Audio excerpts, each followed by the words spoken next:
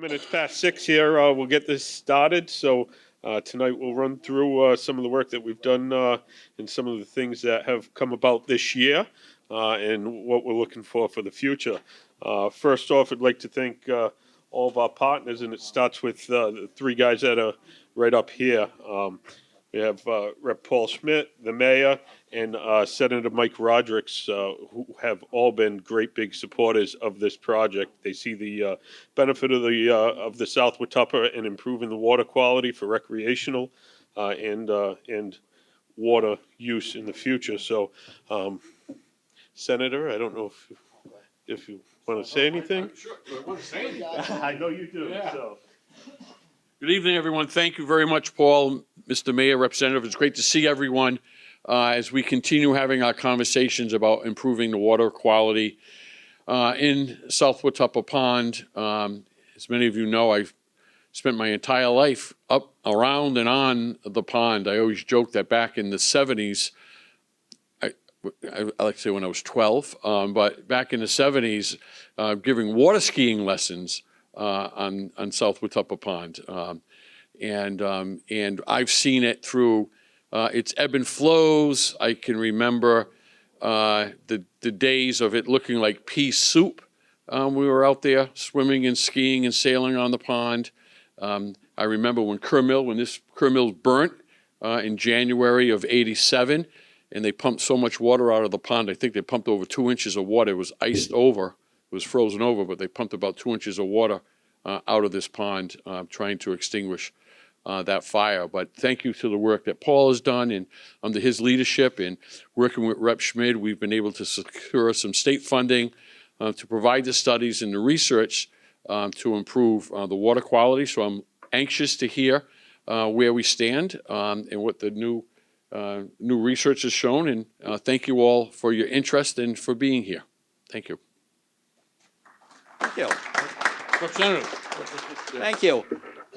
You know, I've had the honor of representing Westport and Fall River for 14 years and working with people like Senator Rodrigues. He's been a wonderful, wonderful friend and partner.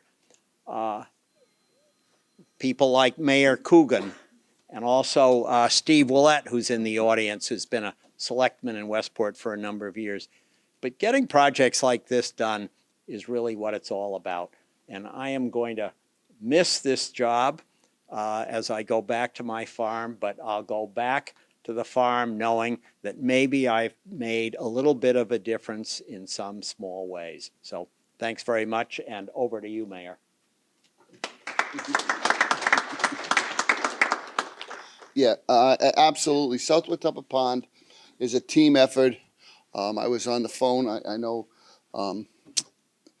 Paul may mention this, but last night I was on the phone with Senator Markey's office. We're in line for a huge earmark on South Watuppa. I think it's called the deactivation of phosphorus.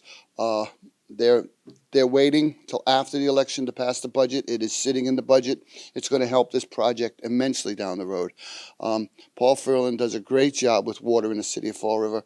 He's on top of all these projects, from lining a water main on Charles Street to a massive project like South Watuppa, to protecting the North Watuppa, where I'm still trying to make sure we have powerboat racing on the weekends. And I'm only kidding. Paul and I joke about it all the time, but these are the resources we're going to save for years and years to come. He does a great job, and I'm sure this is going to be another feather in his cap when this project comes to fruition. People like Senator Rodrigues, Paul Schmidt, they're invested in this. They're committed to seeing this through to the end.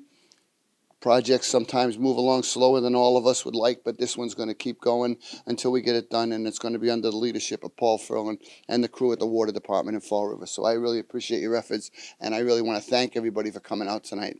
It's very important to see you all here. Thank you.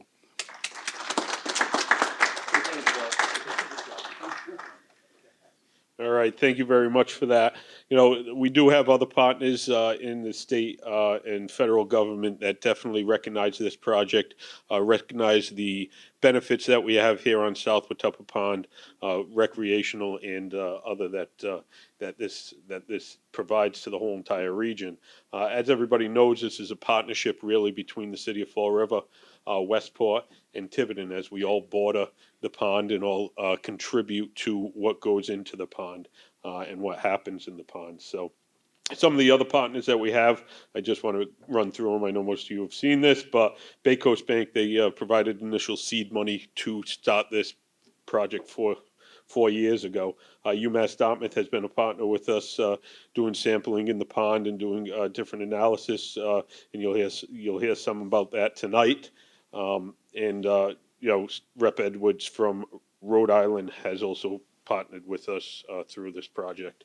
What's my pointer? My computer has frozen.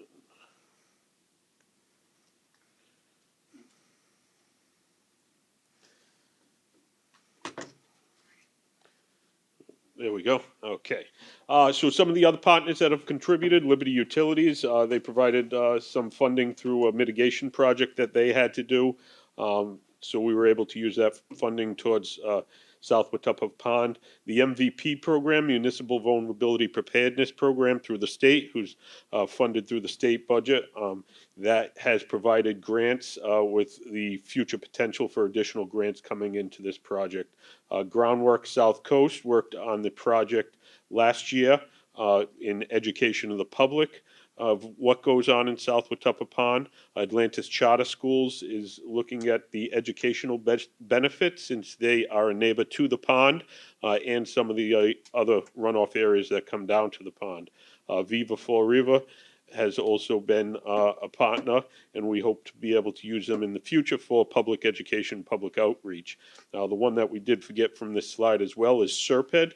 They partnered with us with the current grant that we have that involves the yield study of the South Watuppa and the other water supplies that we have within the region.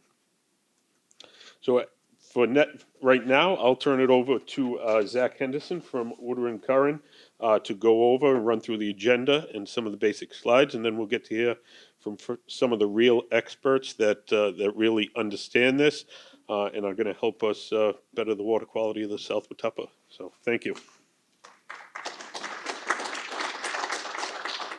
So I think I'm only a partial expert. Is that the inference that I got here? No, we have some great speakers tonight. Nice to see some of you again. I've been involved with this for, I think, the last 4 or 5 years. It's been a real pleasure and honor to be a part of this, a really important resource I understand from all of you, and just happy to be here. My name is Zach Henderson from the engineering and science company Woodard and Curran, and I'm going to talk a little bit about what we've done.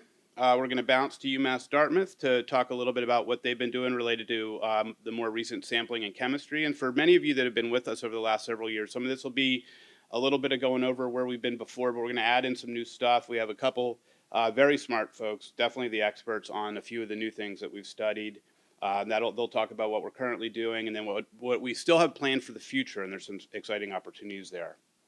So just kind of as a reminder, maybe for some folks, how many folks were here a couple years ago in a really hot room over at the okay, great. All right, so we've had a good, so thanks for continuing to come. We got a much nicer space here, or no offense to them, but it was not nearly as hot. So at that time, we had not even started the basic evaluation of the watershed, really looking at what's going on in this watershed, which really revealed quite a bit for us. So that watershed assessment, understanding where water's coming from and how it's getting into this pond is very important. And there are some unique things about this pond, largely related to the interceptors that protect North Watuppa Pond. So there's some interceptors that bring water down to us in South Watuppa that we've been studying quite a bit. As part of that process, we really want to look at pollutant source identification. So where do we think problems are coming from? We have a much better understanding now based on Dr. Wagner's work, which he'll talk about tonight. UMass Dartmouth now has 3 years of sampling data, and I think also this past summer as well. So now 4 years of water quality sampling data, pretty extensive monitoring. We're really excited about that.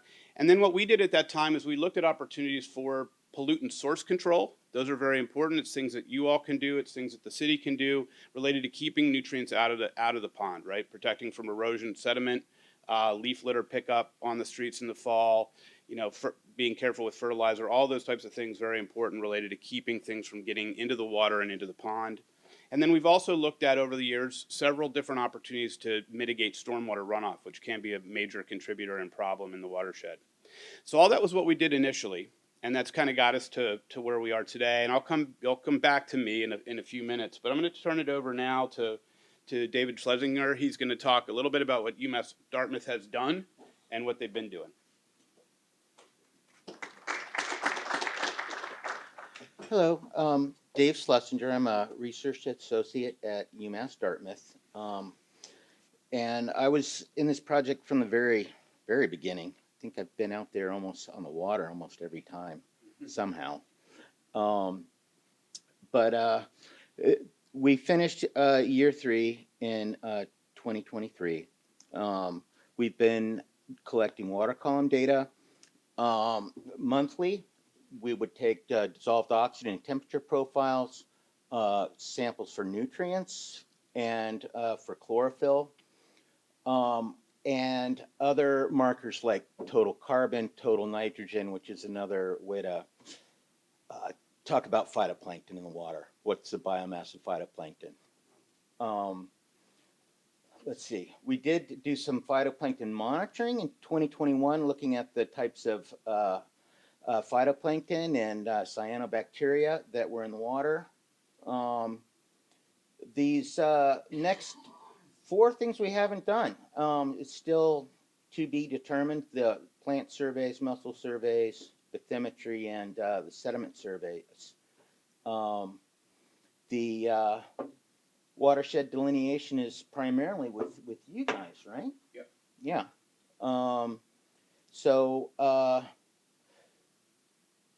We're, as far as data that's been put out, we have tech memos for 21 and 22. 2023 tech report is still on its way. It should be the end of the month. Let's see. Come on. Where's good enough? This one also works. Oh, all right. Or not. Well, at least it's not me, I guess. We'll take 3 of us.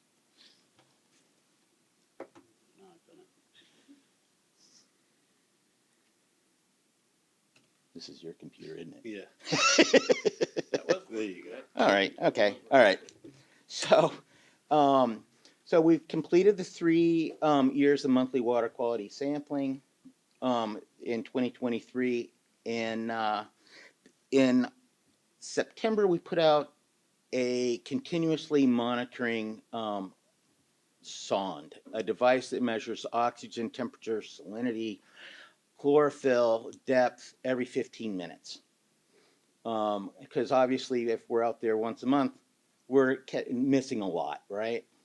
And a lot of times the pond will, the health of the pond for the season can be determined in just a week of anoxia. So we wanted to see if we could capture some of those events by having a continuous monitoring. And that monitor was placed at SW1 at the northern reach of the pond. So we put the sensors 30 centimeters from the bottom. So we were looking at the bottom water oxygen and how that affects the sediments. What we found was at the beginning of our deployment, there's 0 oxygen. And you can see that, nope. There. In the first few days. Then, so 0 oxygen. Then for the rest of the time, it's up near saturation. It's as much oxygen as you could dissolve in the water if you bubbled air through it. the question is that we're trying to look at is whether or not anoxia creates these blooms, or if rainfall creates the blooms. Is it from an external source? Is it nitrogen coming in from streams, or is it coming off the sediments? Very hard to tell. We had 2 huge rainstorms. On the right, some of you might remember that from June 14th, or sorry, July 14th of 2023. The entire waterfront was flooded.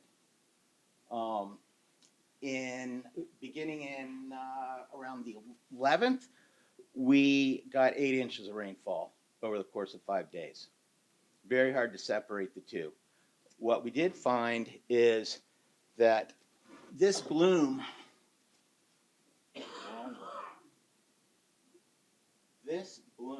was related to appears to be related to the rainfall. Previous to the deployment, there was oxygen in the water on the 1st when we had our monthly sampling. So the periods of anoxia that could create phosphorus in the water column are rare. Let's see. So to date, yeah, the water quality is impaired. It is suffering from phosphorus overabundance. There could be anoxic events that cause sediment release. I think that's still up in the air. Most of the population of the phytoplankton are cyanobacteria, and the counts are very high, often resulting in closures. I know that there are signs up there at the ramp nearly the entire summer. So not fantastic. Nope. So what can we do in the future? We weren't funded to do any work last summer. I'm not really sure exactly where things are headed. Hopefully I'm going to learn some more tonight.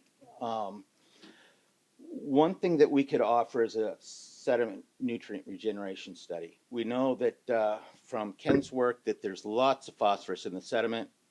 The question is whether or not the phosphorus is released and under what conditions. There are a lot of things that can mitigate phosphorus release, like nitrate in the bottom water or the presence of manganese. So short-term anoxia doesn't necessarily result in phosphorus release. And I think that by having a study of how the nutrients are released from the sediment will give you guys enough information to form priorities if it's possible. If there's only enough money to do one thing or another, better to know that 10% comes from, say, the watershed and 90% comes from the sediment, or the opposite. Right now, I don't think we really know. But to attack one, when it's not the predominant cause, would probably result in a delay of probably a couple of years, funding-wise. And I guess now turn it over back to you, huh? Yeah, I'll take it here. Thanks, David. And so we have done a little bit more work, and Ken Wagner's here, and he'll talk a little bit about some of his findings as well, doing some of the modeling to look just at that ratio of loading and some of what we understand from sediment today in the bottom. So I think for some of you who have already been here, so we did have a study that was funded by the Vulnerability Preparedness Grant Program, great program in Massachusetts. And we have started to look at ways to mitigate this runoff portion of the load. It's a big, complicated watershed. It's hard to do all of that at once. It's very, very costly to address stormwater runoff. It takes a lot of work. There's a lot of engineering involved. We've identified several projects that funding dependent can be designed or the designs are complete, can be constructed in the future. So we have a demonstration project at the boat ramp. We have a project in Tiverton on the border of Fall River, and also a project in Westport. And those have all been designed. It's a matter of like funding the actual construction of those. The other thing I'm going to talk a little bit more about tonight, and I have a panel in the back that I'd be happy to talk to anybody about, because we're looking to get funding through the next round of Vulnerability Preparedness Grant Program, and we'd love to get your support on this one, is for the so-called Sucker Brook Wetland Restoration Project that was, we did some concept designs in the last phase of work. We're also looking for this kind of engagement with Groundwork South Coast, Atlantis Charter School, and the Viva Fall River folks as part of that grant application. So I know this is very hard to see, but I just want to introduce it to you. This area is really, and I can go to this next slide and bounce back. But for folks that know where Spectrum Lighting is, right here, the Atlantis Charter School is right about here. This is Sucker Brook that comes in from the left to the right and enters the water body. This is a very large subwatershed that comes from Rhode Island. Comes from Stafford Pond, and Ken's worked quite a bit on Stafford Pond as well. And so this is a big, large area that loads the South Watuppa with nutrients, and it's probably one of the more considerable sources. All of this flows through this massive wetland complex just next to Spectrum Lighting and the mill facility there. There's some flooding problems there. There's also a massive invasive species there called Phragmites. It's a 10-foot tall reed that's come from overseas and has invaded many of our waterways. For folks that know the meadowlands, that's what all of that is. Very hard to eradicate, but we have looked at some opportunities to potentially do some restoration there, and that's what we're looking for the funding for, is to restore some of the marshland in that area, you know, enhance programming for the Atlantis Charter School, and mitigate flooding for those neighborhoods. That's the plan. And I'll just go back to the concepts back in the back on that board. Again, after this, I'd be happy to talk to folks a little bit about what we've been thinking about. None of those are set in stone. The goal of the next phase of work would be a more extensive public participation component where we can really talk about opportunities. So each of these projects really would address that stormwater runoff component that we all know is a big part of protecting the long-term sustainability and resiliency of the water body. So this just kind of goes over what I just kind of said. And again, we're excited about some of the opportunities here, especially related to kind of community engagement and really kind of fixing an area that's really kind of underappreciated at this point in time within the city. Some of the other completed work, these are some of the assessments necessary for restoration that we've talked about at previous meetings. Some of the internal lake sediment sampling has been done. I think what David Schlesinger was talking about was a little bit more lab analysis to really kind of simulate those conditions in a laboratory to see what releases, which would be helpful. And we've done a fair amount of work on both of the interceptor drains. This was us out just a few weeks ago, training a new program in Fall River around how to sample for water chemistry, how to be clean water operators for our wastewater facilities. Really great program called XL Conservation, and we were working that west side interceptor to really kind of understand what was coming in on that side, and that's related to this illicit discharge program as well. Land use codes are ongoing, and policies have been enacted in all communities to really try to minimize the impact of new development and redevelopment on the pond, and that's very important for moving forward. So I think at this point, I'm going to turn it over to Ken to talk a little bit about what he's been involved in last year related to kind of nutrient sampling and what his understanding is of chemistry. And Dr. Wagner and I have been working together for a number of years and really appreciate his work. He's done a lot for lakes and ponds across the country, really. Hi, Ken. Okay, howdy. Again, I'm Ken Wagner. I'm sort of the missing partner in this. I've only been out to the lake a few times, but what I do is work with data for the most part. I like to let the data do the talking. But in a group like this, showing you a whole lot of figures and tables is going to cause people to at least fall asleep, if not run for the doors. So I'm going to try to make this as simple as I can to give you the basic understanding of what we've gotten out of this. I was involved in two parts of this project. One was looking at the internal release of phosphorus, how much phosphorus is likely to be a factor in causing those algal blooms that's already sitting in the pond, and how much other things might contribute from a model using the available data. So two separate things, I just have one slide on each. So there's a picture of the lovely sediment that's on the bottom. I wouldn't recommend bringing it to a dinner party. It's pretty foul smelling. What we looked at is that there's low oxygen at the sediment water interface over close to 1,000 acres of this lake. That's a lot. It's not always anoxic, as Dave pointed out. It comes and goes. Now, it can be anoxic right at the sediment water interface, a lot more than even a foot above it where they're making the measurements. So there's probably a tremendous oxygen demand, and you may have anoxia, lack of oxygen, right at the sediment water interface a lot of the summer, but not really much in the winter. And it comes and goes in spring and fall. And it is temporary because this lake is not deep enough to have what they call strong stratification. A windstorm can mix the whole thing up. A much deeper lake, could put another 10 or 15 feet on this lake, you'd have a chunk that would sit there all summer long and not really interact with the overlying water. But you're about 23 feet, about the maximum. It's going to mix.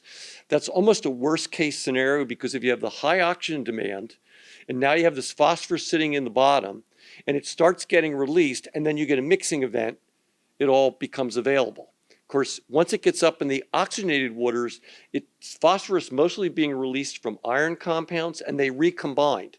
So ferric iron becomes ferrous iron and back again, and they call it, joking terms, the Ferris wheel, like going around and around it goes. But the catch is when you're this shallow, there's enough light penetrating to the bottom that the algae can grow right on the bottom. The phosphorus doesn't have to get up in the water column. They're sucking it up right there on the sediment surface, at which point the blue-greens, the cyanobacteria, after they've accumulated enough, can actually produce gas vacuoles, gas pockets in their cells, and float up to cause the bloom. So that can happen. Now, once they get up in the water column, if there's not all that much phosphorus in the water column, the bloom will die out between 1 and 3 weeks.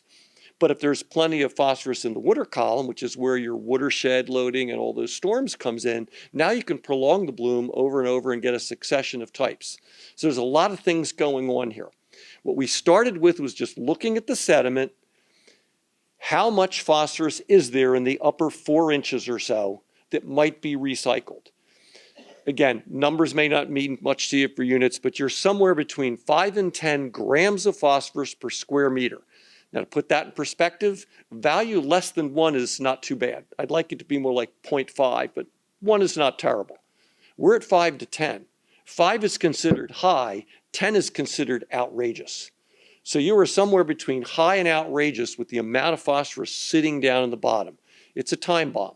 As Dave pointed out, if there's no oxygen problem, it's not really getting released. There's a little bit of oxygenated decay that goes on, but that iron-bound phosphorus, which is what we're measuring, stays put. But when you get enough organic loading, which comes from the watershed, it sucks the phosphorus, sucks the oxygen out, and that can release the phosphorus. I believe from the data I'm seeing and from what we measured when I went out on the lake, which was not nearly as much as these guys have done, that that's occurring quite a bit more than you might think from, say, the continuous buoy operation, which was you only started in September with that? It did, yes. It wasn't there in July and August when a lot of that occurs. But even then, a foot off the bottom, it's not so bad most of the time. We got it at, I think, 16 feet and down, we got some low oxygen. So that's still, it's between 16 and 23 feet. That's a pretty good chunk of the lake, 1,000 acres. But it's not always at that situation. So not all that phosphorus is going to get released, but that time bomb that's sitting there is a pretty big bomb. A general rule of thumb, typically in most lakes, about 10% of that gets released in a summer. That's still way too much. So we've got an issue there. If we were to try to inactivate that phosphorus, keep it in there, you have 3 ways to do it. You can dredge the sediment out. That's a lot of bake sales. That's just a ridiculous amount of money. It doesn't happen too often. And when you take it out, getting rid of it's another problem. So that's probably not realistic.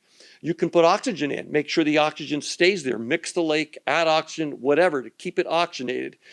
That's workable. A lot of water suppliers do that in water supplies because they can get better treatment. They'll get better quality water and spend less on treatment. But that's not what this lake is. It's a recreational lake at this point. So you'd have initially large capital cost and then an ongoing management cost, which is pretty staggering. The third option is to inactivate the phosphorus with something that binds it up instead of the iron and won't let it be released when the oxygen's low. There's a number of compounds that can do that. Most commonly we use versions of aluminum. So the aluminum just replaces the iron in it. And you would need something around 75 to 85 grams per square meter to inactivate that. In terms of cost, that's going to be at least $3,000 an acre. We're talking about something approaching 1,000 acres. We're talking millions of dollars. That's a bit tough to swallow. Now, if you did it once and it cured the problem for a long time, that would be wonderful. I have lakes that have gone 20 years. Not bad. I haven't had a lake to go 40 years. I've had a couple make 30, but it's gradually going to wear off, partly because you still have stuff coming in from the watershed. So there's an issue there with spending that kind of money if you haven't stopped the external inputs, which are ultimately what fuel the internal input. So the analogy I use is a leaky boat. We all like our boats. Get out there, boat's got some leaks in it. You come out one morning, it's full of water. Pretty useless. If it didn't sink, it's still in trouble. You can't go out and use it. The lake is the boat, the watershed are the leaks. The water already in the boat is that internal load. If I bail out the water, the boat will be usable for some time until the leaks allow water back in it. If I patch the leaks, but I don't bail the water out of the boat, it's still not useful. So you got to do both. They're both. It's like the old beer commercial, less filling tastes great. It's both. You have to deal with the internal load and you have to deal with the external load. And the question becomes, which one's more important or how balanced are they? That's the next piece of what we're doing. And that's to look at a lake loading response model, and it is a model. Never confuse a model with reality. But as Yogi Berra said, a prediction about the future is difficult. A prediction is difficult, particularly about the future. To do this sort of thing, you got to build a model and say, does the model adequately predict what's going on now? Can I take a step back now and say, let's put all the land back into non-human uses, forest, wetland, whatever. Does it predict what we would expect under pristine conditions? And then, okay, if we believe the model's adequate, what does it tell us will happen if we do certain things? And that's what I did here using all the data we had available. The image there is basically the watershed broken down into like 10 different sub-basins that go into it. What we found is that about 48% of the phosphorus per year is coming from the internal load and about 46% from external. I wouldn't make those different. The point is the two of them are dominant. The atmospheric stuff that comes in, the wildlife that comes in, a few septic systems, things like that, they're a drop in the bucket. I don't want to say they're completely unimportant because over time they build up, but they're not the driving force. It's runoff from the watershed and internal recycling. And the internal recycling is fueled by the runoff from the watershed. But taken together, they are literally 90+% of the source of the phosphorus that's causing the algal bloom problems. So then we play those what if games. If I inactivated the phosphorus, like I mentioned before, it would get about a 50% reduction, and that would move us current phosphorus concentrations around 50 micrograms per liter. Again, the number in the units may not mean much to you. 10 is a really good number. 20 is a passable number. 30 is not good. 50 is really bad. And the most you ever see is around 100. So it could get worse. But it's not good enough to just put a little dent in it. And if we inactivated it, we would wind up with a number around 27, higher than the 20 we'd like. It would improve conditions, and immediately it would probably switch you away from cyanobacteria. You would get other types of algae that could be consumed by zooplankton, which get eaten by fish, which we catch. So it's not terrible. Productivity is not a bad thing. It's only bad when the algae that are being produced can't be used, and that's mostly true with the cyanobacteria. So if we did inactivate the phosphorus, we'd be taking out the big chunk that's only really available during the summer and early fall. And it would shift the ratio of nutrients such that we would get less of the problem algae. But we would still have too much phosphorus and we would still get a fair amount of algae. I have 2 lakes I'm working with now that have had such a treatment, but they had just so much other stuff going in. Again, neither of them is having cyanobacteria blooms. Neither of them has the kind of clarity I would really like to see. So there's a limit. If we looked at extensive watershed work, now You've heard about some of the stormwater things. I'm looking at literally everything you could conceivably do in the watershed. Forget about money, forget about jurisdiction. You've become dictator. You can do anything you want in this watershed to make it better. If you did that, it would also roughly cut it in half. Not too impressive because that's millions and millions of dollars. And of course, you don't have jurisdiction everywhere. You can't make the dairy farm go away. You can't tell people to move out of their homes and reforest the area. You can buy it, I suppose, but it's a challenge. If we looked at what's reasonable, what you could really do in a watershed with the program, you could get down near that 20 micrograms, actually somewhat below it, maybe as low as 14. So you'd be in a pretty good zone, but you're not going to completely eliminate problems in the lake. You probably wouldn't have the cyanobacteria blooms, and you wouldn't have the really low clarity and surface scums that you get. So it's positive, but it's a lot of work to get there.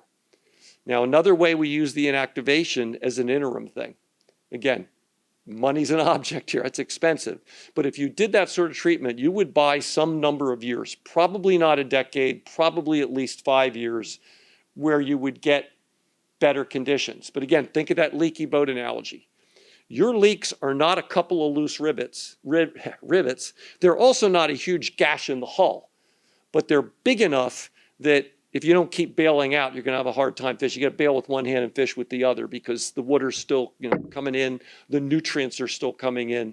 It's both. And again, I've had some lakes where it was 90% internal load and only 10% watershed. And I've had others where it was 10% internal load, 90% watershed, and bailing out makes no sense at all. This one's squarely in the middle. Now, we don't have enough data to be super sure of every last detail. As I mentioned, I know how much phosphorus is available to come out. Things like the incubation of sediment cores in a lab can tell you how much really comes out at any instant in time, when it goes anoxic or when it's not. That is a useful thing to know. We're working with about a dozen samples over 1,000 acres. I think I was going to spend $3 million. I'd want to invest a few more tens of thousands to get that nailed down a little better. But the reality is we didn't find that much variability. The dose is pretty similar everywhere in that area. Of course, it's kind of a big flat bowl in there. It's not too surprising in that regard. And you've got stuff coming in from all over. It's not one smoking gun. That's the other thing. We looked at all the different sub-watersheds going in. It wasn't like one stood out above all the rest. They're all significant. None of them are huge. None of them are that tiny to be ignored. So there's work needed everywhere. And I know they've been working out priorities and what things to hit. And there's always some smoking guns to be had. When we worked with Tiverton on Stafford Pond, we had real issues with the dairy farm. Turned out that we were able to get NRCS money and actually improve the way things were handled there. It curtailed the inputs. The lake got somewhat better, but it still didn't improve enough until we did an aluminum treatment and knocked it back. And they've been in good shape for the last 4 years. Now, there's still things going in there. It's not going to last forever. I don't know how long it will last, but I think they'll get at least a decade, maybe longer out of that one. You could do something similar here, but of course, bigger lake, more phosphorus sitting in the bottom, more expensive to do it, an interim measure. It would give you great relief initially, but right now with the data we have, I can't tell you how long that would last. But my guess is not a decade. So that's a lot of money to spend.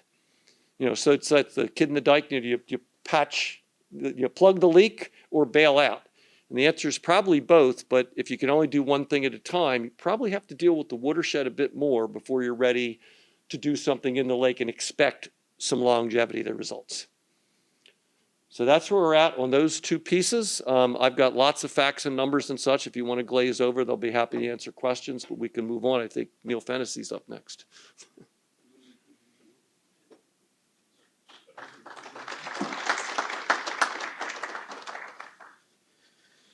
Thank you very much. That's a lot of information, and I think he was able to bring it down to a level that I could understand. So, that's one of the tough things. Next, I'd like to introduce Dr. Neil Fennessy. This is a little bit different than talking about the algae within the pond, but it's definitely still involved within it.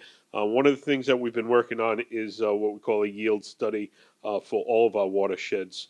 And I just got to switch slideshows here. So. Just a quick second.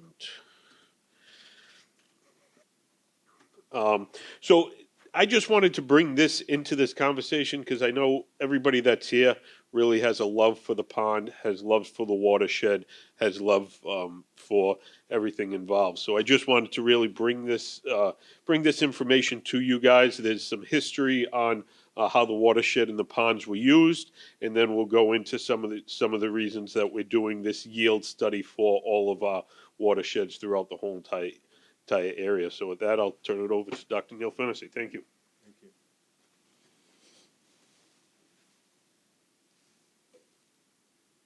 There's the pointer. Well, thanks for inviting me to this, Paul. Paul is probably one of the hardest working municipal managers that I've ever met in my career. He's a former student of mine at UMass Dartmouth, and he'll probably honestly tell you that I was his favorite professor. What was such a treat about meeting Paul way back when was that it was clear he knew where he was going. He wasn't the guy who was after the A's, he was the guy who was after the knowledge. And as I followed his career since that time, it's been amazing how he's just taken the bull by the horns and charged. I am stunned at what he's accomplished in these few years with the city. And so it's an absolute treat to be working for him as opposed to him working for me. So we actually started talking about the study of this sort maybe back in 2016 or so. I had approached the people up in the Assawampset Pond Complex to consider funding UMass a study of this sort, and in fact never got a response, but that's how it goes. Paul, however, was much more enthusiastic and receptive to it, especially given the progress that's been going on with the work of water quality. So for several years, the city's been involved in water quality studies. You've just heard quite a bit about it. I haven't been to a lecture as the sort that Paul or Ken has just given. I was totally thrilled and learned a lot. And as I mentioned, Paul and I had entered conversations about doing a water supply vulnerability study with respect to potential climate change. And thanks to the MVP program, the study was funded. We basically got underway in midsummer this year. So the major focus was on looking at the potential impacts on system yield and reliability due to potential climate change. And thanks to that flexibility, the study has actually become a wider planning study than had been initially intended. So I thought, like Ken, rather than crush you with numbers and math and stuff, we'd give it more of an historic emphasis tonight. I think it'd be a lot more interesting for everyone. So during the 18th and 19th centuries, North and South Watuppa ponds are essentially a single hydraulic entity. And both sources provided potable and industrial water supply sources. In 1873, the city lays its first water mains. In 1908, the Narrows Gatehouse is built. So this is a modification to what had been increasingly filled in the Narrows in order to provide a stable bed for trolleys. And then by the late 1880s or so, electric trolleys between Fall River and New Bedford. In 1909, the city acquires North Watuppa Pond watershed to protect the water quality. At this point in time, folks in Massachusetts have absolutely determined that advanced water treatment for bacterial control is absolutely necessary, and the city is right here on the cutting edge, buying up the watershed to protect that water quality is the simplest way to go about it. Then the South Watuppa Pond and the Quequechan River now become the source for non-potable manufacturing water needs. In 1924, the city's given the rights to 11.5 million gallons per day from Long Pond in Freetown, which is part of the Assawampset Pond Complex that in turn is shared with the city of Taunton and the city of New Bedford. In 1938, the city acquires the rights to Lake Nokichoke, which is on the border between Fall River and Westport. And the purpose of this was to attract the Firestone Tire and Rubber Company, which needed 20 million gallons of water a day for their manufacturing needs. So the city acquired the source and attracted Firestone, who stayed with the city for many years. By the mid-1960s, Route 24 upgrade changes the hydraulics of the South Watuppa and Quequechan River. In 1953, a dam had been proposed at the headwaters of the Quequechan to basically deepen South Watuppa Pond. Plans had been set forth, but I think with Route 24 being upgraded and then Route I-95, all that changed. So in 1971, in response to the 1960s drought, construction of the Copacabana Reservoir is completed. Plans began for this project in the late 1950s, but the drought of the 1960s made it necessary. In 1971, Firestone Tire and Rubber leaves Fall River. They had been manufacturing cushions and foam rubber and apparently found it no longer profitable. This is a significant one that many of you, especially those fans of the Fall River history, are probably unaware of. In 1985, the Massachusetts Water Management Act is enacted. The city has so-called registered withdrawals from North and South Watuppa Pond and Copacabana Reservoir, but their registrations do not include Long Pond or Nokichoke. And the reason for that is the city didn't use these sources during 1981 to 1985. So my focus here principally is firm yield, and water supply engineers and modelers such as me have defined this instead of safe yield, which some of you might be more familiar with. It's a maximum possible sustainable average daily withdrawal from a surface water supply system during a prolonged drought. So a firm yield analysis is virtually a daily water accounting procedure where a reservoir is analogous to a bank account. The math is exactly the same. The balance of your bank account is equal to the deposits and the withdrawals. Only in this case, the bank account holds a finite amount of currency, this being what's called active storage. So this sort of analysis over the last 30 plus years, since I wrote the manual for the state of Massachusetts, it's a computer-based math model which steps the reservoir through decades of daily weather, inflows, withdrawals, discharge, spills, subject to operational rules. The firm yield is determined when that withdrawal rate completely empties the model's active storage for a single day. So here's an example of a small reservoir, small in the sense that the active storage relative to the watershed is a very small ratio. And what we see here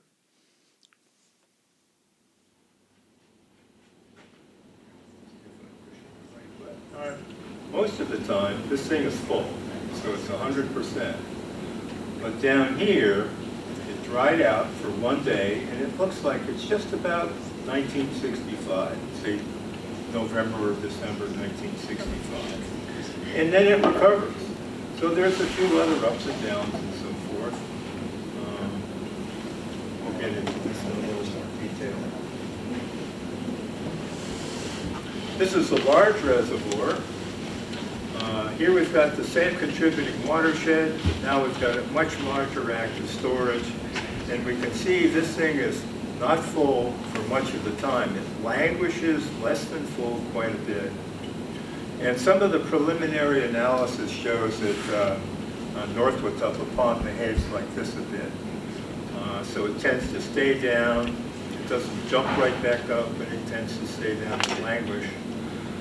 One of the other water bodies we're doing in this study is the Somerset Reservoir.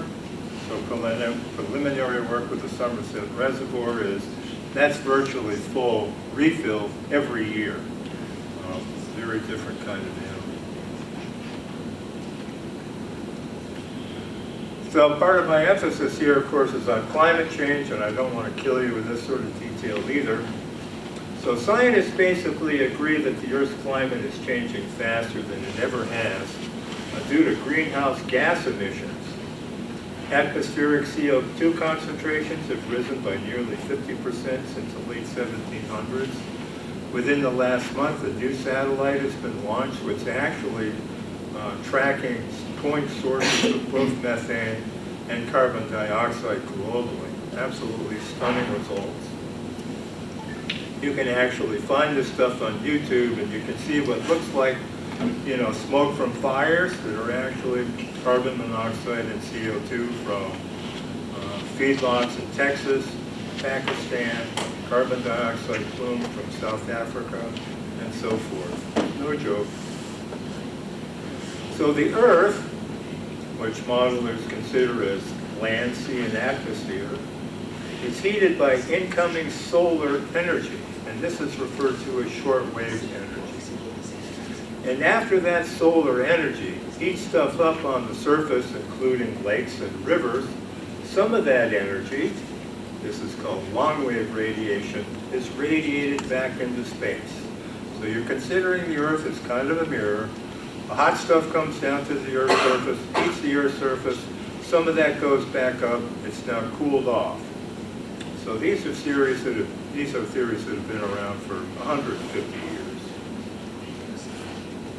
So as CO2 and greenhouse gas levels rise, this long-wave radiation energy is trapped. So rather than going back into space, it bounces back to Earth. Some of that long-wave radiation gets bounced back to Earth by clouds. But it's this atmosphere that's trapping it, and that's why it's causing things to heat up. So, first question I would ask if I were you, well, I read about this in Newsweek and see stuff about it on Facebook, but what does that have to do with me? Is it happening here? Who's wondered that? Come on, yeah, it's all right. Well, what's amazing is yes. We're very fortunate at the Blue Hill Observatory that's located in Kent. It's the nation's oldest weather observatory. And they started recording temperature back in 1830. So what a tremendous record. And over this period of time, particularly from 1885 to 2021, the average annual air temperature has risen by 4.2 degrees. So that's roughly 2 degrees Celsius for those of you who like to do that kind of conversion. The different lines here are simply different ways of averaging this data. So the blue line is what's called the 10-year moving average. So I take the number of year 1, 2, 3, 4, 5, 6, 7, 8, 9, 10. Take an average of that. Move ahead a year 2, 3, 4, 5, 6, 7, 8, 9, 10, 11, take an average. And I plot that.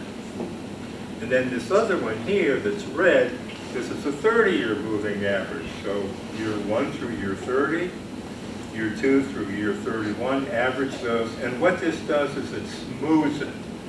Because otherwise you might have a little difficulty seeing a trend, although I certainly don't, that's rising here.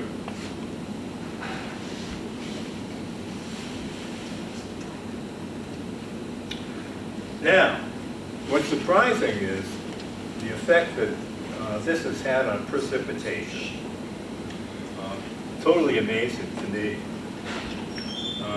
So between 1885 and 2021, the average annual precipitation has risen by nearly 9 inches.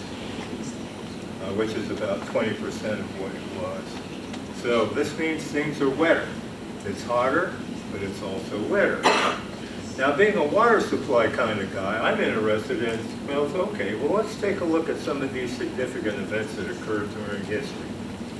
Because to me, an awful lot of the interest that I have is not only the technical part, but the history. And you're probably going to be sick of hearing me talk about that as the year goes on. It turns out there was a rather significant dry time between 1900 and 1918. And what you can see is, using this long-term average horizontal line as a reference, you can see that for year after year after year, the average annual temperature, meaning this is the average of 365 days for each year, and then the next year, then the next year, they're all below this for literally 18 years. So back in the 1930s and the 1940s, this was a drought of record that was used to help do a yield analysis for public water supply systems. During the war years, we actually had a couple of really tough times during the war years, but we were really busy doing other stuff. So we weren't concerning ourselves about this so much. So in the 1940s, we had significant deficits in average annual rainfall that persisted again for several years, popped up over that long-term average for 1 year, then back down again, and fairly dramatic down periods. The one that those of us in the business talk about a lot is the 1960s drought. We call that the drought of record. What's interesting about this one to me is, you can see we're below the long-term average only a handful of years, but we can see the drop is lowest of all of these in the record that we have. I know for a fact that this was significant because my family's well dried up during the drought of the 1960s, and we were hauling water from a mountain spring. This period here is also significant in terms of water resource management in Massachusetts. I made some mention about the Massachusetts Water Management Act. Others of you, have you heard about this? A couple, all right. Well, what the deal is during 1981 and 1982, we kind of had a fairly short duration, but sharp drought. And what was significant about this is the Ipswich River, which is north of Boston, dried up. And the consequence of the Ipswich drying up was legislators got in, basically lined up and said, hey, we got to do something about this. This is also following hot on the heels of the passage of what was called the Interbasin Transfer Act that was enacted in 1981. So now water resources management in Massachusetts is really becoming more public rather than just Boston and the MTC. The next one that I chose to point out here was in about 2016 and 2017. So the people who are affiliated with the university, you've been there for some period of time? All the ponds on the Cape were down 3 feet. Well, Cedar Dell Pond dried up. And the consequence of this was people who lived on Cedar Dell Pond, which is on the UMass campus, were freaking out. So I got called in on that.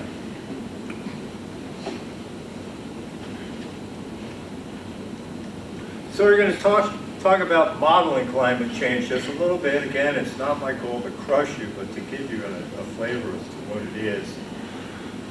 I was involved with the development of the second generation of climate change models back in the 1980s. They've come a long ways. What these are computer-based math models that have multiple layers of atmosphere, multiple layers of land, and multiple layers of ocean, and they're all coupled together.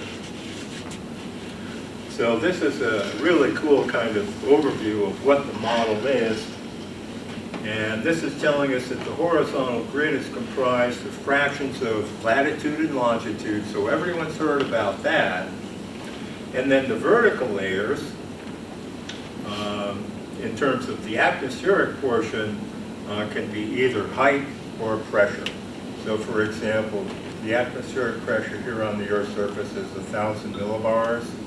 So the next level on the GCM might be 950 millibars, all the way up to virtually space. So the modern models are basically looking at all these, what are called fluxes. So it's movement of moisture, that's water vapor or liquid. So these models range for evaporated water. And it's that process where energy is transferred around the Earth. So everyone is aware of the horrendous hurricanes that have just taken out North Carolina and Florida, in large part because the Gulf of Mexico is really hot. Well, in order to transfer that heat to the atmosphere, it's evaporation. The hotter the atmosphere, the warmer the atmosphere, the more moisture it holds. And the more it fills up, and the more it heads north where it starts to cool off, it's got a dump full load. And that's what has happened. And happening with rising frequency and intensity.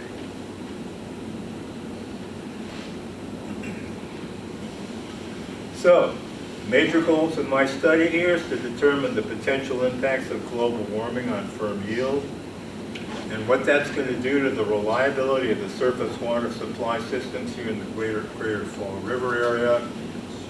We're basically going to be rescaling the drought of 1960 using temperature and precipitation change results from a handful of GCMs and downscaling them here to Fall River. I'm going to examine the various systems operating rules to see if we can make improvements, especially in light of the above. So we'll be working with not only Fall River principally, but also Tiverton and Somerset.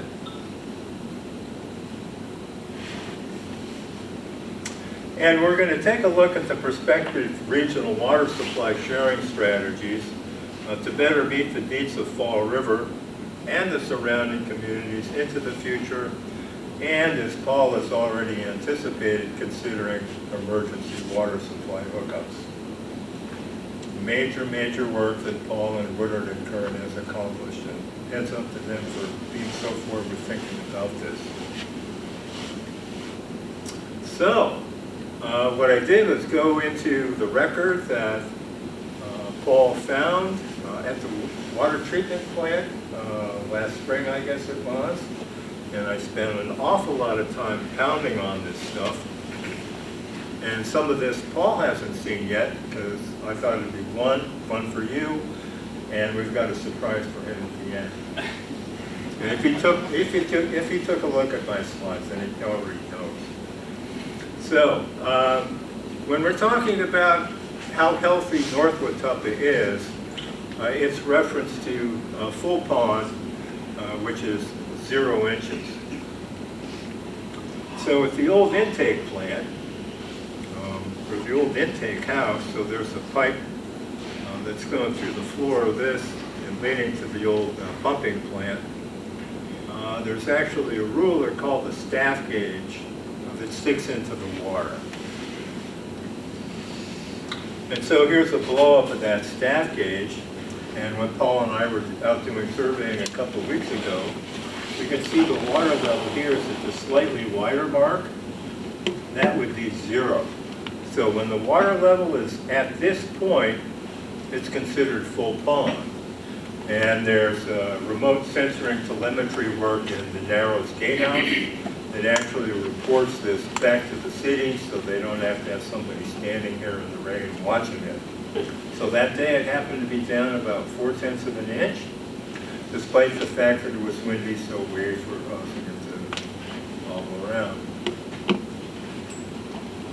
So I went back into the record, and this is actually just to tell you the sorts of things that Paul has accomplished. He found this dot matrix printout that probably dates back to 1983. It was a mainframe paper dot matrix printout. Nobody had the digital file, so Paul contracted with Woodard and Kern to scan this stuff and then digitize it into something that I could actually use. been a great help. But what it did uncover was that there were lazy operators all through history here. Oh, I don't think I'll take temperature data or water level data this month. Okay, so the first significant drawdown occurred in November of 1950. Again, the record starts in 1947. There are missing months in this. Down 66 inches, so about 5.5 feet below full pond. I should mention that part of the operational goal is to make sure that South Watuppa is down lower than North Watuppa. Who's got an idea as to why that's important? I see you shaking your head, sir. Yes. Inlets to the north, Watuppa, and it could overfill, so outlets, Anybody else? Ken, you can't answer. It won't flow that way if it's, yeah. it's lower, it won't flow into it. So groundwater flow, just like you on your bicycle, it wants to coast downhill. Everybody get that idea? What happens if you want to go uphill on your bike? You have to pedal, right? Well, water's the same way. To go uphill, you got to pump it. But it's happy to flow downhill, and it goes through the sand and gravel of the narrows. So the consequence is, to keep the cyanobacteria and all the other stuff that Ken and Woodard and Kern have been finding, we've got to make sure that there's this differential level. 1957, this was another short, nasty drought that I'd never heard of until I started playing with the stream flow data some 40 years ago, bit 4 feet down. 1964, so the great drought of the 1960s is underway now.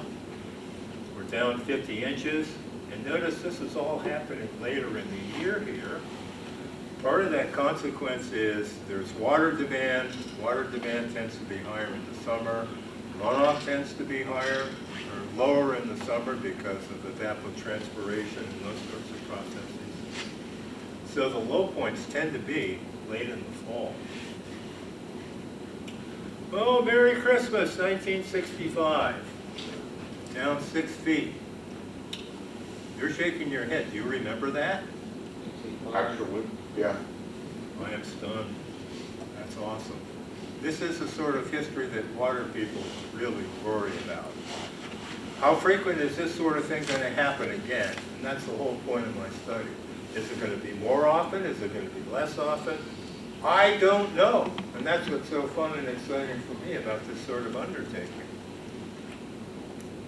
1966, the drought continues. This thing lasted for a good chunk of time. As I mentioned, my family hauled water from a mountain spring. 1971, down 66 inches. Sometime during 1971, remember Firestone Tire and Rubber has left Fall River, but they're pulling water out of South Watuppa that's been pumped into South Watuppa from Dokachung. So this system is completely independent of what they're doing, other than possibly providing some potable water that they might have required. I don't know if that's all been split up. 1980, short nasty drought, the one that launched the Massachusetts Water Management Act. Again, in November, down 4 feet. 1981, late summer, down 5 feet. And here it comes. All in all, I'm talking about this one a number of times. Oops, not quite. Later in the fall, 1981, down 5 feet. But the worst day of all was July 7th, 1981. We were down 81.5 inches. This is a lot and very concerning. And Paul has mentioned this. And what he's mentioned about this is really kind of scary, because at the time this happened, in order to bring water levels up in North Watuppa, the pumps can only reach so far down into the water. That's why this is great concern to us.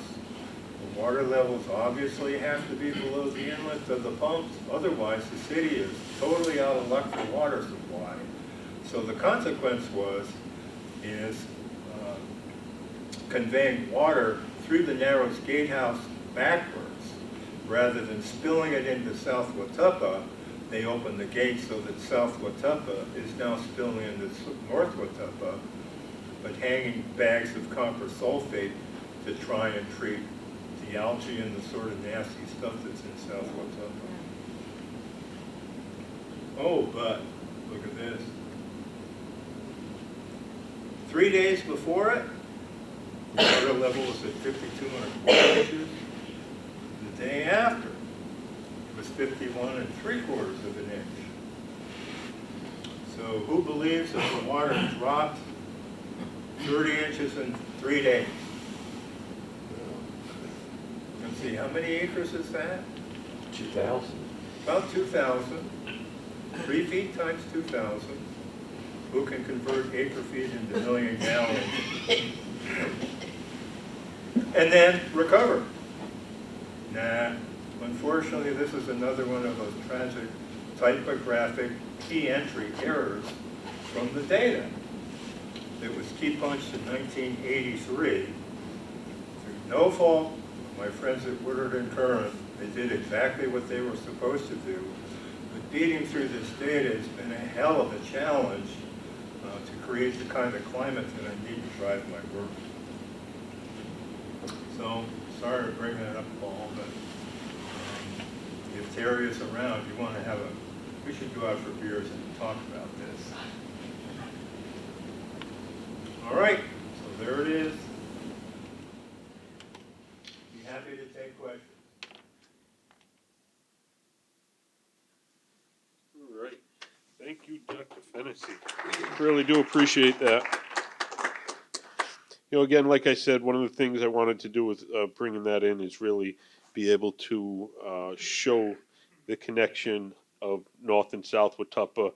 It also involves Stafford Pond, which Ken Wagner talked about, and they did treatment on, Sawdy Pond, Duval Pond, and how they all come into the pond that we all love, and how climate change is going to affect us. And, you know, we're looking at the overall project right now, you know, with South Watuppa and better in the water quality, but different things that we need involved with that. So I think this point, this was leading into Dr. Fennessy's, but I think what we'll do now, I'll turn it back to Zach for a couple of the future pursuits that we've looked at in the past, and then we'll go into some of the things that we're doing in the future. So, Dr. Fennessy, you're only part of the way through on the study, correct? Barely getting going. So you'll have an opportunity to see a lot more of this guy moving forward, which is great. Fascinating stuff. Thank you for that. I mean, it's really amazing to kind of think about when you turn on your tap water, these are the things that are happening to get it there. It's only part of the story. It's pretty fascinating. I'm going to go fast. I don't think anybody cares about the Yankees game, but I'm just going to try to move along here. Just to give you a little sense of some of the future pursuits, we've already talked about the stormwater controls and how important those are in this water body. There's a number of other things, including that additional MVP grant program, the restoration project. We have letters in the back. If you'd like to support that, we'd love to get a letter from you. That was one of the pieces of feedback that we got from the funding agency is like, is there community support for this type of an activity to consider restoration projects and stormwater control and public access projects? And then the in-lake and stormwater treatment options. So a little bit about what Dr. Wagner talked about are opportunities for us as a part of the solution, only a part of it, and really a temporary solution, but something that could make a difference. And then a number of other things that are always important in a watershed, cooperating with agricultural producers. There is a dairy in this watershed that has a potential to contribute phosphorus. All of us contribute as citizens. We all have something to do about that. So there's a number of kind of education and outreach programming that can help, again, to kind of mitigate some of that runoff. And so really the key takeaways, and I don't know if anybody else wants to add anything to this, but the internal nutrient load is significant. may be manageable for some period of time with nutrient inactivation approaches. The watershed's large and complicated. Long-term stormwater control and septic management to some extent, although it's fairly low inputs related to septic. But long-term stormwater control is going to be important, very difficult and costly to do, but can be done with the right cooperative partners. And then all of these are super critical for future water supply. And I think Dr. Fenney's talking about this. I mean, in future climate, if North Watuppa is not capable of providing the water that you guys need to turn your tap on, this water body may be what's necessary for that. And right now, it's got a lot of algae in it, makes it very hard to treat. And so I'm going to turn it back over to Paul. I'm done for the night. You don't have to listen to me anymore, but we'll let Paul talk a little bit about what might be coming. Excellent, thank you. You know, these guys, this whole entire team that we've put together is some of the best in the industry. You know, so we're lucky to be able to have all of them working on this project. You know, they all have a real interest in the project, and you know, they're putting in the extra time, extra effort to be able to get the information that we need to be able to move forward with the project. So some of the funding opportunities, and this is where I come back in. You know, because this is one of the things that I really manage, push for. You know. And work with MVP program. They've been great. They've funded work on the South Watuppa. They're funding the yield study. We did put in for them for a grant this past year, which is the Sucker Brook project. They had a lot of submissions statewide. We were very close to making it, but we didn't fully make it above their funding line. So we had a conversation with with the managers of the MVP program, how we could strengthen our application. One of the things that they mentioned was public input. So we're going to be working out a program to be able to display more information out to the public through the project that we're working on within this particular Sucker Brook project. We'll be partnering with different organizations to do focus groups to try to understand what people might want in that area. And we're talking a lot about Sucker Brook, but Sucker Brook is one of those projects that, you know, is one of the watershed projects. So, you know, Sucker Brook comes down from Stafford, but there's a lot of runoff that comes from both Tiverton and Fall River into that stream. The way that that whole entire area works, the wetland area now with the Phragmites in it, really doesn't help filter out and do what a wetland is supposed to do to protect the South Watuppa Pond. So that's one of those watershed projects that needs to be done, as well as many other throughout the whole entire watershed. So afterwards, right over at the board there, if you have any other questions, Zach should be over there to be able to answer them. We have some pre-done letters for letters of support that we'd like to submit with our application moving forward. So feel free to either sign one tonight, take one with you if you want to look it over. I think most of you probably have my email address. You can email it to me.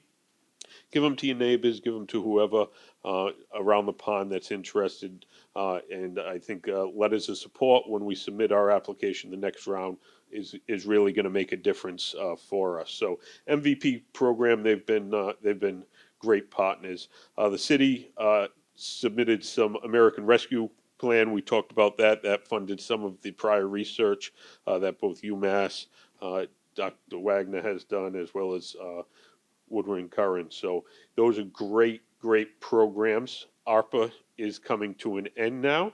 All that funding pretty much has been used up by the city and most of the other municipalities. So we got to start to look at where else are we going to get things? Where else are we going to get funding? Private funding is always one great opportunity. So whether we're able to partner with a large federal, federal foundation or other partnerships that we could make with other utility companies or things like that, we're always looking at those options, trying to move forward. A lot of these larger companies like to do environmental improvement projects. It is part of their missions, so we're reaching out to those to try to get some funding. State or federal directed funding. So I know there was one of the early studies was funded by an earmark. that was given to Westport in relation to the South Watuppa Pond. So that was a state-directed funded earmark. Currently, the city, we've been working with Senator Marquis' office. We do have a federal earmark directed funding. So some people call them directed funding, some people call them earmarks. But we do have a earmark within the federal budget for $2 million for inactivation treatment on the South Watuppa Pond. The federal budget is not approved yet. It's being held for a little while, but we're working with the senator's office to make sure that that stays within the final approved budget. They are pushing for that. We're pushing for that, and that would go for direct improvements and most likely an inactivation project within the South Watuppa Pond. But again, as you've heard tonight, the inactivation is only 50% of the fix of this whole entire thing. So, but there is a match that we are going to have to bring forward with that. So again, and with how the inactivation treatment has been laid out, there could be multiple stages of it too. So we're looking at the different options. You know, $2 million is more than we had before the earmark. So that's how I look at it. So, you know, any of those programs, and, you know, who knows what's going to come out. Climate change is always one thing that everybody's talking about. There's new funding programs coming out through the state and the feds every year in relation to climate change. And the South Watuppa Pond is definitely impacted by climate change with the warmer temperatures, the increased drinking water capacity that's going to be needed in the future. So that's always something else that we're looking at. So that kind of wraps us up. You know, I really thank you guys for sitting here. I hope you guys got a lot of information out of tonight. Again, you've been hearing me say this, you know, we're not going to fix the pond tomorrow. This is going to be generational that it's going to take to fix this pond. We may be able to get, as you heard, some better quality for a period of time, but to really fix it, it's going to take everybody out here. So, you know, we're coming into the fall, and I thought this was a great time to have this project. Leaf litter can be a great contributor to the pond as it gets ground up in the roadways, ground up in your driveway, leaves blown into the pond. So try to pick them up, bring them either to your disposal station or the brown barrels within the city. You know, some of the other things that can be done, you know, throughout the whole entire watershed.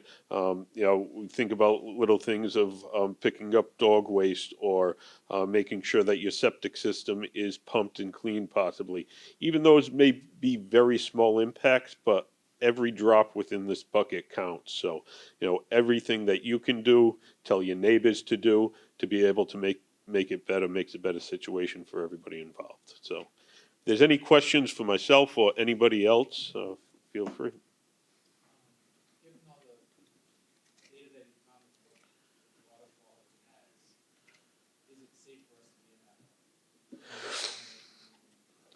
So again, as most people have known, since 2018, there has been a posting that's required for us to put up from the Department of Health.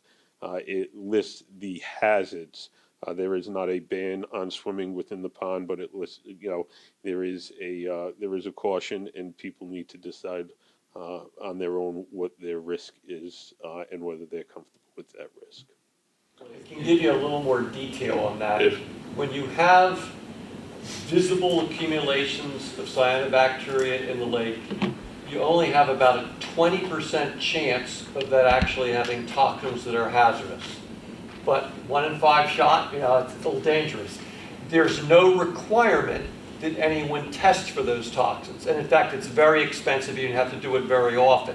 So that's why it's simply you must post it so people realize that there's a possible hazard. That's the way the state handles it. Is it only when it's very visible or always there? And the hazard is always there, even if it's not in a full bloom? No, it depends on the type of algae in the state there. It's funny, we have one called Phanozomenon that in the northeastern U.S., I have never seen it produce toxin, ever. And it's a very common bloomer that's listed as a possible toxin former. So yeah, if it's there in a high abundance, they're going to put the warning up. But the reality is I've never seen it produce toxin in 40 years. We just they don't seem to carry the gene for it. But you get a Florida, yeah, they produce it. So, you know, there's regional variability. The most common ones that are out there, though, are all possible toxin producers. And unless you're going to test constantly, it's not worth the risk. But Dr. Wagner, I think the question is like when you can see it in the water when it's green. That might be Visibly, the water's green. I see a surface floating scum. You know, I mean, pea soup is often what people describe. It doesn't have to be quite that bad. But if you look at the water, it's pretty clear. You wade out to 4 foot deep and you can see your feet. There won't be enough algae that's going to cause a problem. And you could be swimming in one part of the lake and it's all blown to somewhere else in the lake. Although the way your lake is set up, it tends to be a little more evenly distributed. But you can have good areas and bad areas. The problem is without constant monitoring, you don't know, and that's the problem. How do we get the word out to more people? Like, how many people in this room actually live on the pond? Yeah. How many houses around that lake? How do we? Actually, we did count them. I don't remember the number. It's more than 100, less than 300, I think. And how many people are in this room? This is bad. How do we get the word out? The health department have posts, don't they? Yeah, you know, and there's multiple things. There's different opportunities that we're going to have to explore in the future because again, it is going to take the watershed. You know, one of the things that we looked at and we've talked about is being able to send out direct mailers and things like that. But again, there's costs associated with that, so that would have to be part of a program, you know, that's funded. So, you know, again, anybody, you know, that is on my email list, you know, if you didn't get an email about tonight, make sure you sign in, make sure the email and your name is legible so that we can make sure. I see people blowing leaves into the pond every year. Yep, nope, it is, and you know, it's gonna take word of mouth, it's gonna take everybody in this room telling their neighbor and telling them to tell their neighbor. You know, I think that's one of the things that we're really gonna have to do, you know. As we get additional funding being able to go into this project, whether we do direct mailers, whether we do educational days, educational flyers, those are all things that are gonna have to come, and that's all part of that watershed management strategy. One of the things that's gonna take that 50% off the board is gonna be also not only installing BMPs, bettering wetlands and things like that, it's gonna be all the people within the watershed are gonna have to also contribute to that as well. Whether it be not blowing your leaves in the pond, taking your car to the car wash rather than washing it in your driveway, or other things that can better the water qualities. If I could make a comment, there's something you mentioned about the aeration of the water. This is for all you other people who live on the pond.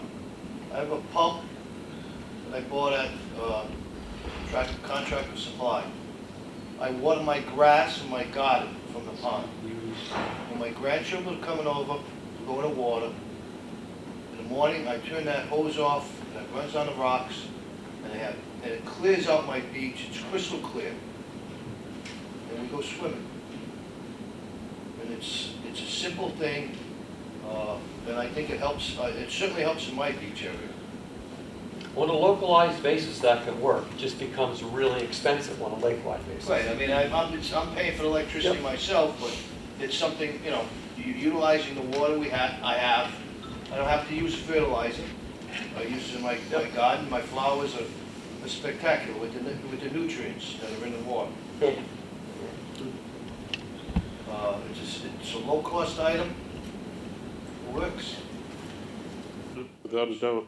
And that's the benefit that that's the thing that everybody around the pond eventually, being part of all the humans around the pond are part of the ecosystem of the pond.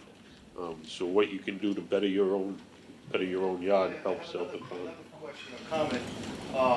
I worked in the environmental industry. We worked for a contract service operation. The service Suez. Municipality I worked for had a water quality project. They needed funding. Public Works Director and City Manager went right to the regional manager for that company, and, you know, you have the money available, you want environmental projects. We have a new company who's taken over the wastewater treatment plant. The city is giving him that company millions of dollars to operate that treatment plant. Here's a good water quality project to help them, some type of donation for our project. We've already been in discussions. That is one of the private partnerships that we're looking at. Again, you know, utility companies, everybody that contributes and is part of this watershed, we're going to look to try to help out the watershed. But thank you for that. Yes. Or whenever you want to post them on, we have the largest following on the Watuppa Palooza site. Okay. And I run it, so I'm the administrator, so Yep. anything you want to put, if you want to get it around the pond, pretty much everybody on the pond belongs to that. Okay. So feel free. Good. Yeah, you got my email on when I sent out the blast email. Yep. So yeah, again, anything that I send out to your emails or anything like that, feel free to share with anybody. It's all public information, and the more people that know, the better. Yeah, I think that would reach the most people on the pond. My wife had asked about this meeting tonight. You know, we heard from a friend. We live in Westport. It wasn't in the Westport Times. There's nothing mentioned about. Yeah. You know, again, I sent it to Westport. I know their town administrators. I sent it to him. He's out right now, so that may have been a bit of a lapse there. So I know, you know, Westport has been a partner in the past, and I expect that you guys will continue. So we'll definitely try to make sure that the information does get out to the other communities, news media too. Because I send it to WSAR, the Herald News, and those types of, you know, the Fall River local media. So.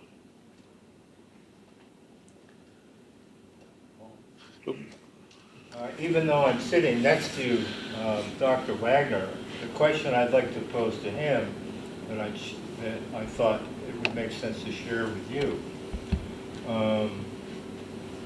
Am I correct in assuming that the cyanobacteria have a particular infrared spectrum?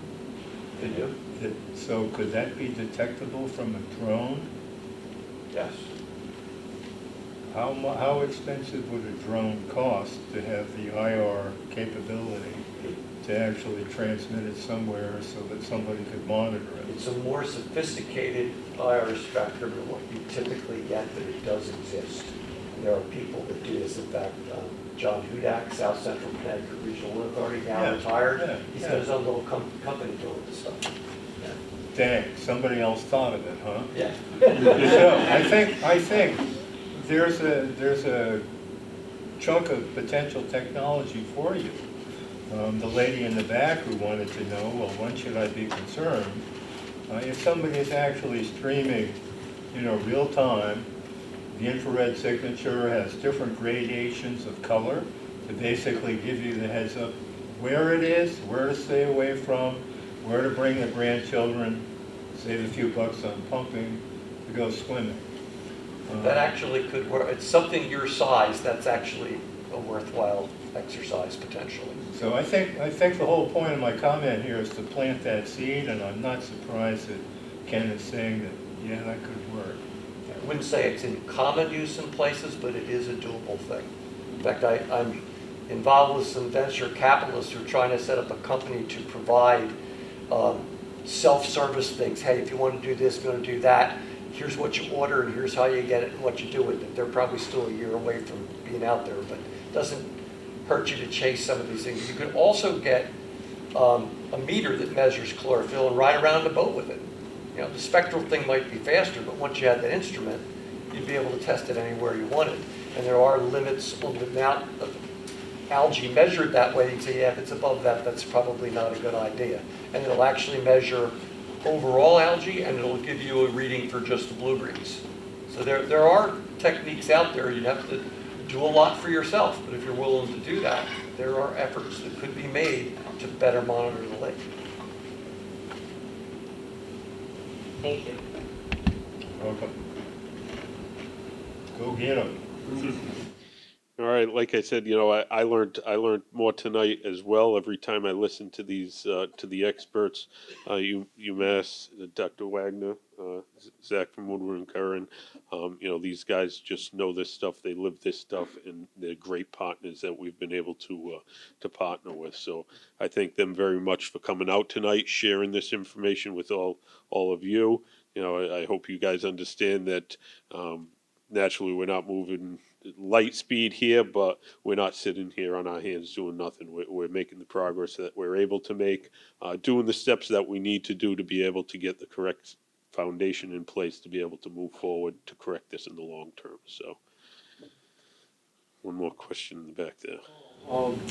Just mentioning, former government television is televised this, and maybe on a Watuppa Palooza, you could put some type of notification that if anybody wants to see what happened at the meeting, they can watch former government television. Well, I guess Westport won't get it, but anybody in Fall River would. It'll be on our YouTube page. Huh? Yeah, It'll be on the Fall River Government TV YouTube. Yeah, Fall River Government TV, FRG TV. You go to On Demand, it goes to YouTube.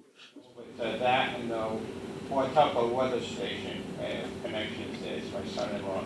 Okay. Yeah, we'll see whether we can get the link for you and get it emailed over to you. That'd be great. When's the next meeting? So again, like I said, we planned this one this fall. I would like to definitely have one again next fall if there are any major changes within our plan or strategy. We're trying to move forward to get things lined up so that we're still moving forward next year. With that federal earmark pending, even if the budget does pass, we probably wouldn't have time to be able to get started with an inactivation program for next season. It would most likely we'd be looking at the season after if that funding does come through. But at least minimum we'd be looking at next fall to update everybody where we are. If there's major changes within the program, then we'll do something earlier. All right. Thank you guys very much.